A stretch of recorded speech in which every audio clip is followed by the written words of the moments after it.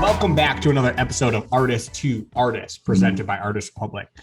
Once again, you should probably know by now, I'm Christian, that's Nick, and please remember, give us a 5-star rating on Apple Podcasts or wherever you get your podcasts. So, Nick, what's in the news today? No, I'm kidding. Christian, what's in the news today? Not much, Christian. Today, I read a really interesting article about Sony Music is decided to write off and clear, one and the same thing, all debts of artists who signed to the record label before 2000, and that's the year 2000. So any artist who signed to Sony who still owed them a debt from their advance or from whatever the company gave to them financially, it's gone. There's no more debt for those artists. Some of those debts, according to Sony, include household names. They won't give up a list of who's debt, but it's over thousands of artists. I think that's a very interesting move for Sony. What do you think? Well, I mean, I think it's smart. Erasing debts is, not to get economist over here and political, but erasing debts is the smartest thing that anybody can do, because at the end of the day, the money is already out there. It's already off your balance sheet. It's already a debt. Like, you're not going to get that money back. So, like, instead of paying new artists or like being like, we're going to take your royalties or anything, it's like the money's already out there. It's fine. Just erase the debt. And it, provides more quote unquote economic impact to artists, because now, if they were making $2,000 a month on royalties in perpetuity and they had $100,000 in debt still, now that debt's erased and that's $2,000 a month going directly into their pockets, which then is being reinvested back into their music career, and so on and so on. And it's a very easy way to, stimulate an artist's pocket and get revenue, flowing again for those artists without, really adding much economic impact to Sony, because the money's already out. The debt's already out there. So, it doesn't matter much to just erase that debt. I think that's a very smart move for them. And, across the board, the same thing we were talking about with YouTube, it is long overdue for artists to actually get paid. So, good job, Sony. Pay people. Proud of you. So with that, little at there. Yes, I will at you next time. So with that, let's bring on our next guest. Earl, spelled URL, might be URL. We think Earl, definitely Earl. He started in 2018, a few months after Matt, actually, who is Earl. Matt moved from LA, and he began writing demos in his parents' house for a couple of months before showing them to some of his friends, who encouraged him to release Bon Voyage. That one track gained some traction on Reddit and SoundCloud, which pushed Earl to continue writing nonstop. During this time, Earl wrote Magic Wand, but held on to it for release in the future. 2019, he wrote Yellow Pack, which was noticed by YouTube personality David Dean Burkhart. Sorry, David, if I butchered your name. This song was featured on his channel, which created a small following for Earl. Moving into 2020, he wrote the song Bedroom Floor, which caught the attention of Phil from Havia Records. And not long after that, Earl was signed and immediately began working on his debut EP. In March, Earl and a longtime collaborator in Adele released Magic Wand Finally, which would be getting on several of Spotify's editorial playlists and pushing him into where he is today. Earl's debut EP is nearly finished, and the future seems bright for this young artist. So we have him on the show to dive in and hear more about what the future holds. Thank you for taking some time out of your day to come and chat with us, Earl. We're pretty stoked to get this one started. So what I like to do when we begin is just kind of have you walk us through kind of your story musically. How did you start and how did you get to where you're at today? Totally. Well, thank you guys for having me. So I started playing music when I was like 13. I played like in some makeshift bands in high school. Didn't really find myself creatively for a bit. I went to Florida State Graduated there with a music BA and was studying classical music and doing some audio engineering. So around that time, I started kind of finding where I fit a little bit sonically. And, I didn't really pursue that as much. I had like a project called Swerve, and I put like 1 or 2 songs out. It was pretty short-lived. Then I immediately, upon graduation, moved out to Los Angeles, and I was running at Henson Recording Studios. And so I was pretty much cutting my teeth there, just learning how to record and, just being a fly on the wall. Like kind of learning about the gear, the things that I didn't really have access to. And I did a year of that, and I was pretty burnt out. I actually came back home to Orlando, and I was going to go do my master's in computer science. Because I was just like, I was working 80 hours a week, I was getting people food. Like, I don't know, are y'all are in Providence, right? Yes. Yeah. So have y'all ever been to LA? Yeah, I have not. Actually lived in LA. I'm here right now. Okay, yeah. Yeah. So, finding parking on like Fountain in the middle of the day, or like La Brea, Yeah. you're like, your cortisol levels are like through the roof. Yeah, it's So horrible. I was doing, yeah, it was not, I mean, not to say it's not worth it, but I just, I just had enough. And so I moved back home, and I bought an Xbox and like played Call of Duty for like a month straight and didn't talk to anyone. It's just like blowing stuff up on, the internet.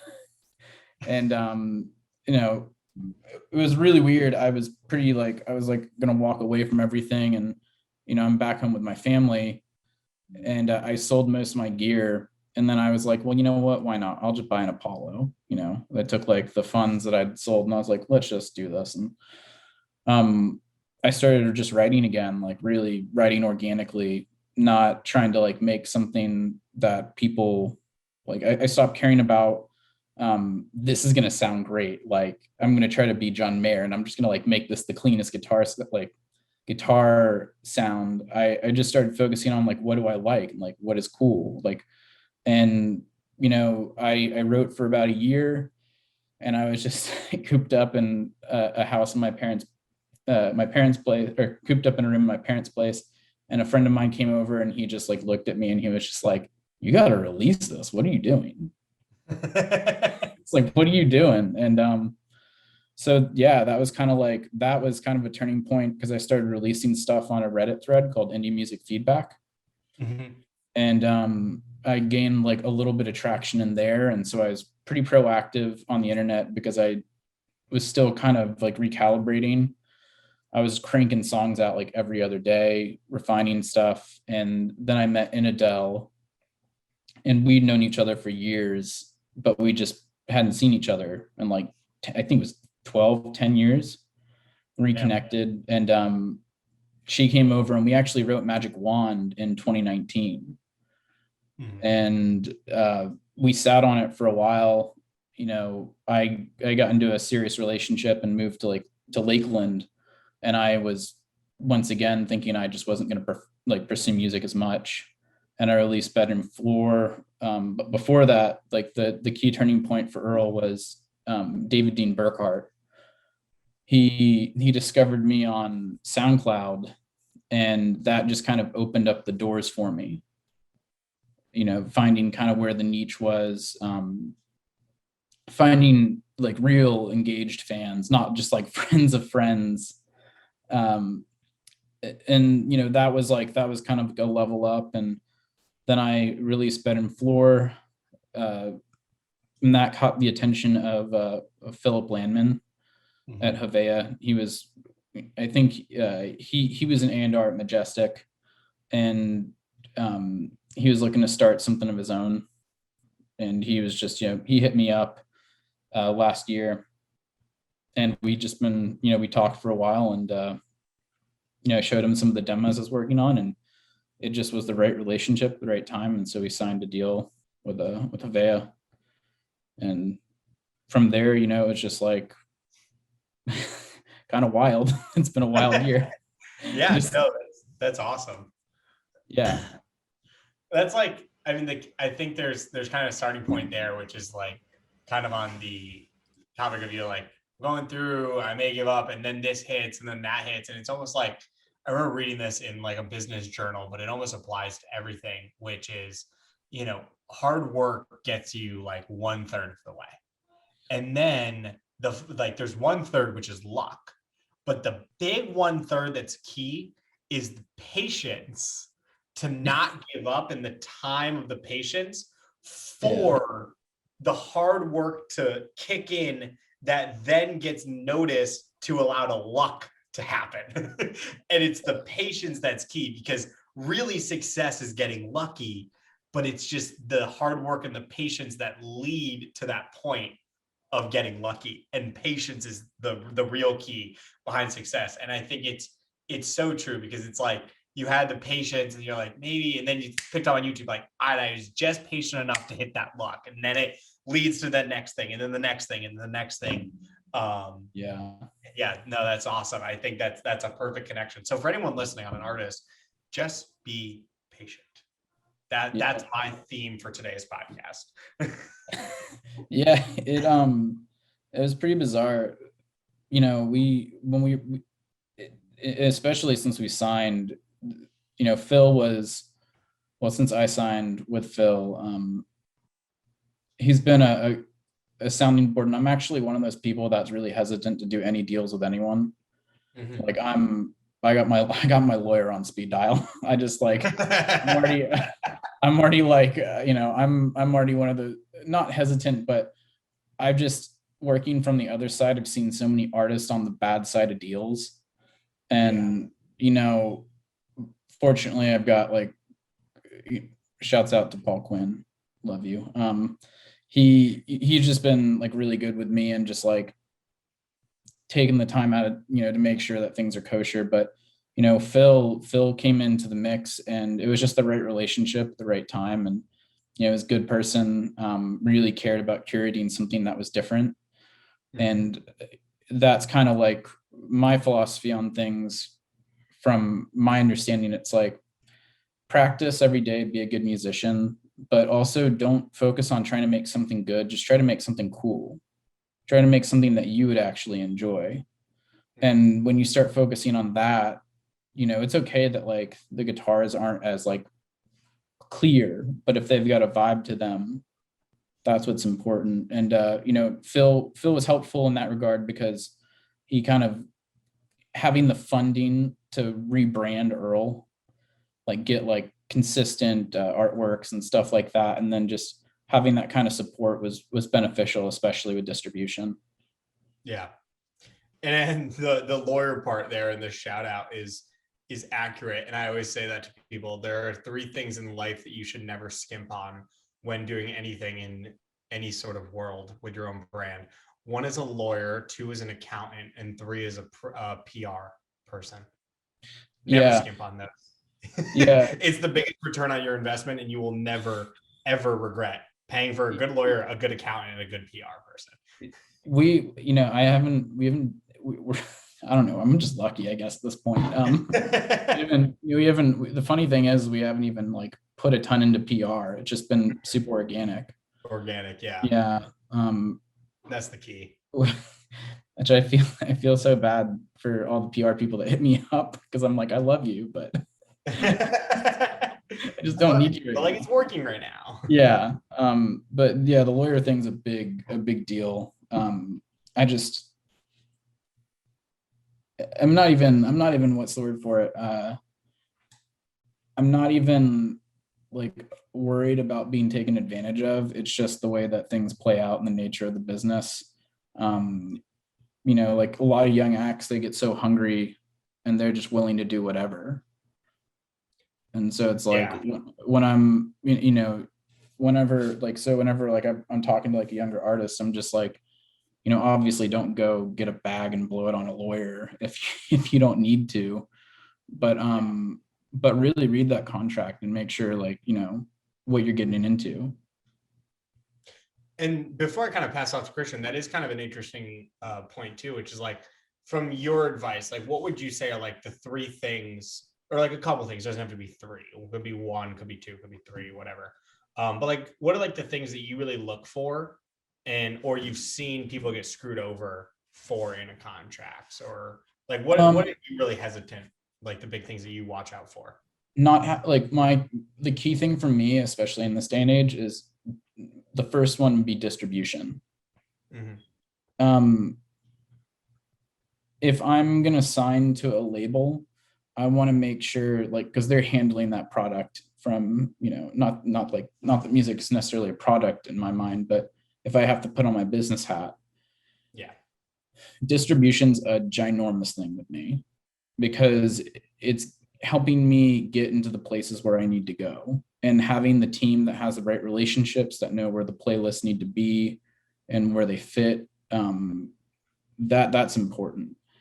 Like, there's nothing wrong with having DistroKid or having CD Baby as your distributor, but if you're a record label and I'm going to give you half of what I'm earning or more, then I need to make sure that like I'm actually giving myself the best shot, especially in the streaming age. So like distro. That's a good question, actually. Distro would be up there. It'd be in terms of like, if I was looking at the record deal business wise, like the split, like what's the split and like, what's the budget cap and whatnot. And then 3, like, what is the relationship like, how is this person acting? Like, what's their, who else have they broken? Like who, that the person is actually the key. Yeah. But yeah, it would just be distro, the split and like the budget put into it. And then that relationship with the label. Because like the thing about going into a business relationship, and a lot of I've seen it from two sides. I've seen a lot of bands put themselves in positions that like aren't good. Nature, just like they're not understanding like business relationships and like how like a healthy relationship works. And I've also seen where artists have been like, been screwed, where they're like signing to a label that might have a lot of clout, but they don't have the backing or the distribution like they say they do. And then you're giving half of your record away, your royalties and your publishing away, and all they did was pay for artwork. That's not always the case, don't get me wrong. I'm just saying, like, for the most part, yeah, I mean, but Phil's a good guy. We have a good relationship. He gets it. He's a sounding board, and that's what I look for in a label. It's like someone who is just going to be honest and professional, and they're just a solid person. Yeah, definitely. It's a lot of it is finding the right people, and that goes further than just the label, further than the business team that's managing you. That goes to your collaborators, that goes to your photographers. Like, it's just important for an artist to have a really solid team that they can trust, because at a bare minimum, if the trust isn't there, you're probably not going to get very far, which is unfortunate. But I don't know, I think that's definitely something to advise. But what I found interesting, though, about kind of your story was, you started, first of all, you went to FSU, so did my girlfriend. That's a fun fact. Knowles. It's interesting how you went out to LA and you kind of started at the ground level. Of course, what happened to you and you had to move back to Orlando and everything like that blows.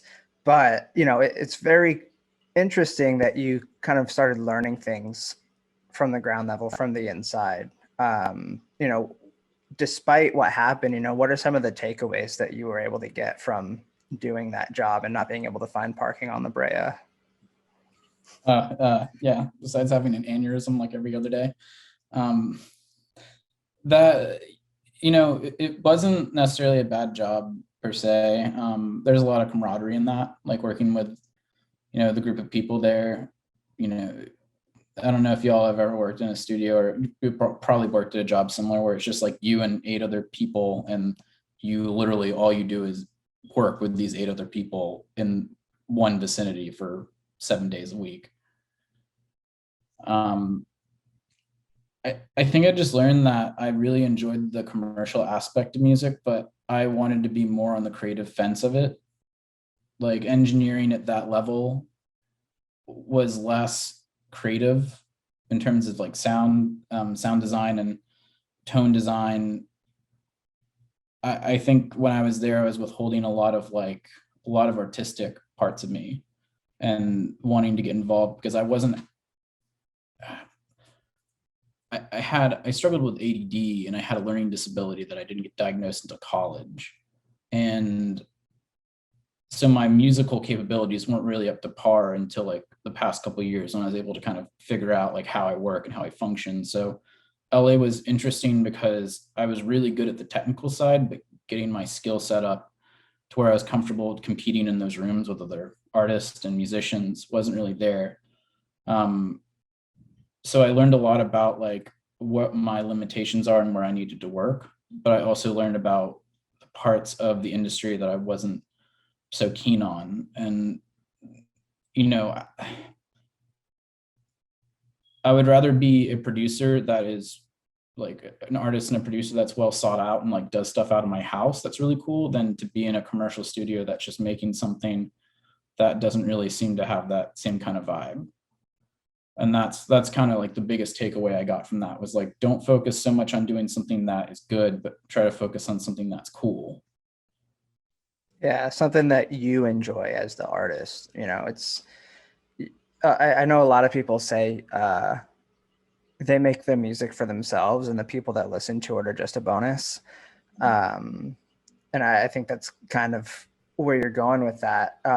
But I think it's important to kind of understand the overall business of the music industry, no matter what part of the industry that you're in, especially artists, because like we were talking about, people get stuck in these crappy deals because they do not understand the business side of the industry. Yeah. And I don't even think, honestly, I wouldn't even think that they're crappy deals. They just may not be the most beneficial. And I'm not talking about like, anyone in specific, or just because your label doesn't have distribution doesn't mean that it's a beneficial thing. It's also just a personal, like, what works for me may not work for the next person. But it's a balance in terms of like, I feel like the best music, it's like this hokey saying I have that I kind of took from LA, which was like, speak your truth. It's like, stop trying to be like, in LA, I'm sure it's like, you're like trying to be someone else to get the next person above you to like take notice and then take you under their wing. And it's like a whole, it's like a Ponzi scheme almost. It is. Yeah. And, once you kind of like once you start doing something that you feel is like really cool and genuine, I feel like that kind of outpours into doing it for other people. Because if you can get behind it, then other people will get behind it. So it's a balance, not everything that we like is always going to be for everyone though too. Yeah, absolutely. I kind of want to switch gears here and talk a little bit about your song that made it onto, how many Spotify editorial playlists did you get that on? Which one? Let me look at your notes here. It's the Magic Wand. I guess there's multiple. Yeah, Honey came out 2 weeks ago, and that was we were very happy with the release on that. Magic Wand was crazy. It made it onto 12, or no, it's made it onto 8 or 9 playlists. Wow. Including Deezer and Apple Music. So that was, yeah. So how how did that go for you? Was that kind of facilitated through your label, or did someone reach out to you individually to get that on the playlist, or like how did that work? That one's also a little crazy. Because Inadel and I wrote that like 2 years ago, and I think I drank like 2 cups of like coffee and was like having a heart attack when I did all that in a day. And we held on to the song, and I gave it to Phil when he was looking into like see what else I was doing. We're like pre-signing, and he like loved it. And the joke with Inadel and I was like, we're just trying to get this on a CW show. We're trying to get this on like, some Vampire Diaries stuff. But yeah, Phil, like what we did is we did like a joint release with Inadel, and it was just me and Inadel for that, like a one-off, because we released Bedroom Floor and Yellow Pack through Havea with some new branding. And basically that was like the first time where we were able to work with our distributor Idol, and like our Idol rep Merritt, and she loved the song. And that was actually, I think I could be wrong on this, but I feel like that was one of the demos that Phil brought when he had a meeting with Idol for Havea, and they liked it. But that was a lot of things. I think that it was a really good song to start off, and I had a good vibe about that to begin with, but we really didn't know what to expect. Like we got on Apple Music the day of. We submitted it to David. Thank God I'm David's good graces. And yeah, so we knew that was going to happen, but we didn't really know about like H&M. That I'm still trying to figure out. So like the same day we released it, we got on the in-store playlist. Don't know how. I've emailed them. All I know is I got a homie there somewhere, and we waited a week. Nothing happened. I was kind of at the point where it's like, I don't think we're going to get on a playlist. And then, yeah, we were on Fresh Finds, and just like kind of took off from there. That's pretty insane. I've been in H&M a few times recently. I wonder if the song has been on.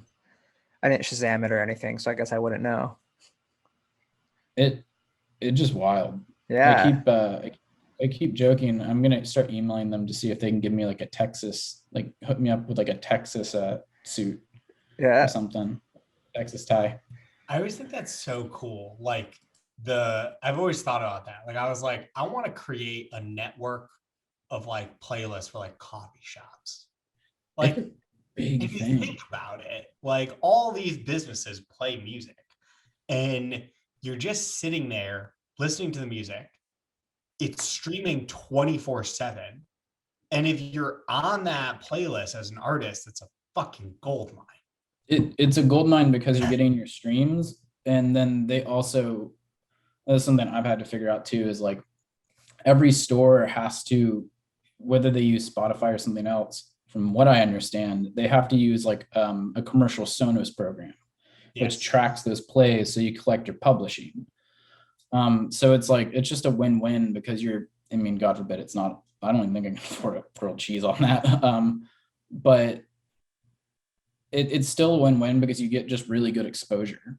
Yeah. Like, I was talking to Phil the other day, and he said, I can't tell you how many times I've Shazammed the song in the H&M dressing room.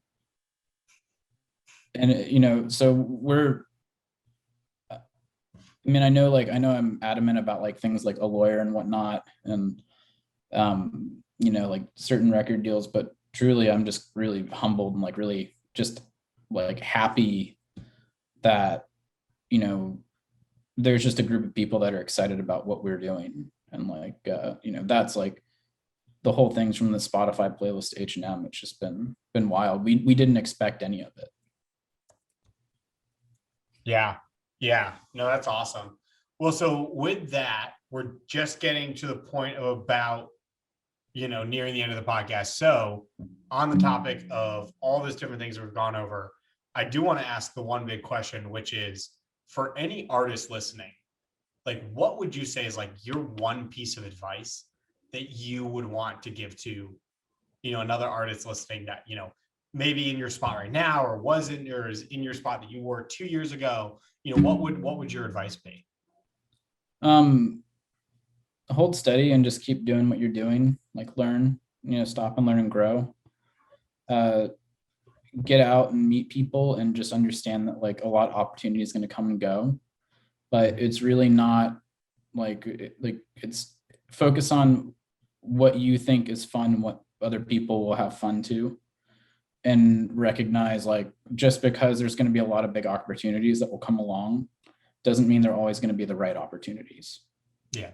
It's really important that like the people you're surrounding yourself with are on the same wavelength and they have the same integrity artistically and like emotionally as you and the team, and stop trying to do everything yourself. It's okay to like unload and find a team. That's actually, if there's one thing that's been a game changer for me, it's having a team of people, having like a good team. That's actually, sorry, I'm going to revisit that label question. A good team, a good distributor, a good a good label brander, good team, hands down, just finding a good team. Definitely. Like yeah. That's the perfect ending note. So with that, Earl, we can't thank you enough for hopping on the podcast, dropping knowledge, sharing your story. And for anybody listening, if you like this, obviously you did, you should leave a 5-star rating on Apple Podcasts. It'd be kind of cool. It enables us to continue doing what we do every week. So with that, thank you all, and we will see you again next week.